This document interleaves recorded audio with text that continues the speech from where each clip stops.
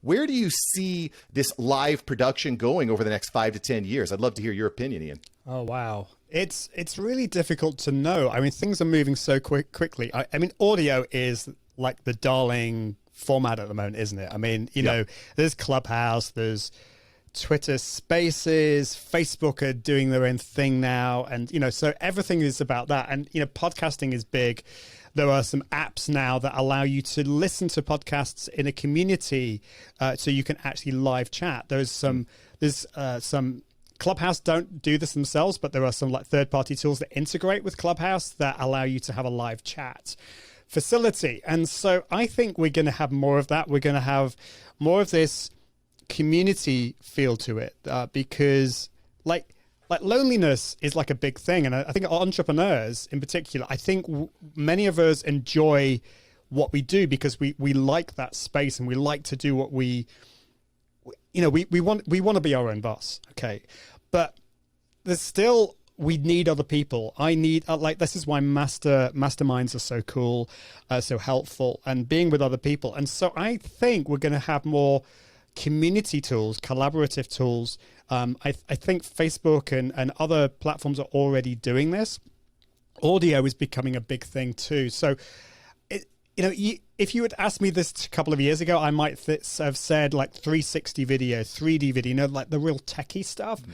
But now I think it's more to do with the human. It's putting the human front and center of these platforms. And I'm excited about that because ultimately, we can get obsessed by the tech and think about that. It's ultimately about communication, about that consistency, but also about community as well. So I think that's where we're going. What that will actually be, I don't know. But it's pretty cool to be alive at this time and see all this cool stuff happening.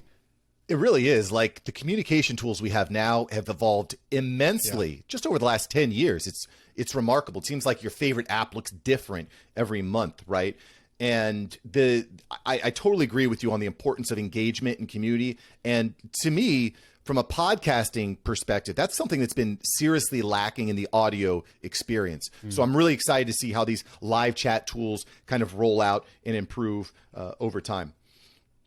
Absolutely. What about events? I know you've been involved in a lot of events, world speaking, Ian. Do you think that live video gives you good preparatory tools so you know actually what to say when you get on a stage somewhere? Do you think there's a correlation between these two?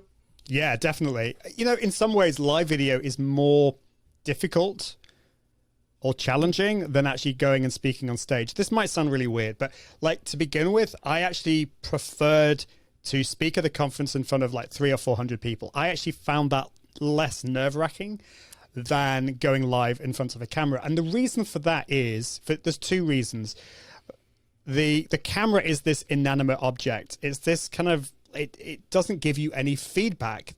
Whereas if you're in a room with 300 people, hopefully if the audience is good, they're giving you feedback. There's energy in the room. So you have to, with live video, you have to kind of get this energy from somewhere. And often that is from those nerves, as we said earlier. But it's, I think also because you're not getting that feedback, the structure and knowing what to say is more difficult than when you're in front of a live audience. But because of that, it is a really great place to start because you can't always rely on your audience. You may go somewhere where the audience is hostile or really not engaged. And so you should never rely on the audience. So live video is great from that point of view. It's also really good because you're creating that content consistently and quickly, and you can usually get a good idea of what works and what doesn't work. And you can even go into analytics. There's cool tools like Restream or even in Facebook itself where you can see the drop off. So if you might be 10 minutes in, number of viewers actually goes down, and you can go and think, what was I talking about there? Why did I lose my audience? Yeah. That is amazing data. We wouldn't really get that when you speak at a conference so much. So you can get all that information so that you can really hone your craft and become a better speaker. Yeah, well, I totally agree with the idea of practice makes perfect. You got to practice, you got to put in the reps. But at the end of the day, I think the biggest value, in my opinion, that you get from going live is getting comfortable with discomfort. I remember reading The 4-Hour Work Week by Tim Ferriss, and that was something that really stuck with me. And he has something in there where he recommends as practice to get comfortable with discomfort to just ask for a discount every time you whip out your wallet. And you would be shocked how difficult it is to ask for a discount at Chipotle.